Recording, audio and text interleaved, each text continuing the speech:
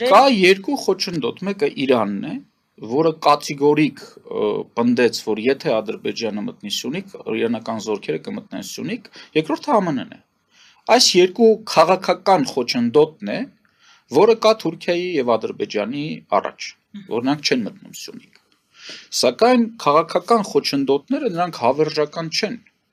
Պետության քաղաքականությունը փոփոխական է։ Նա այսօր մի քաղաքական հիշենք, օրինակ ԱՄՆ-ն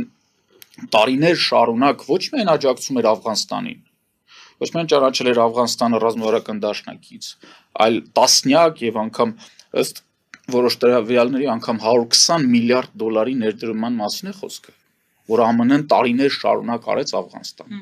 Բայց եկավ ինչ-որ մի պահ, եկավ Բայդենի իշխանությունը, եւ Բայդենը ասաց, որ մենք այլևս այնտեղ նպատակահարմարություն չենք տեսնում։ Եվ ուղղակի դուրս եկավ այնտեղից։ Եվ այսօր, երբ որ շատերը ասում են, թե ԱՄՆ-ն ինչ-որ ներդրումներ կանի թրիփի վրա եւ իր ներդրումները պաշտպանելու համար կպաշտպանի թրիփը նաեւ ապագայում, 120 միլիարդ ներդրում էր արել Աֆղանստանում, եւ մի վայրկյանում դուրս եկավ Աֆղանստանից։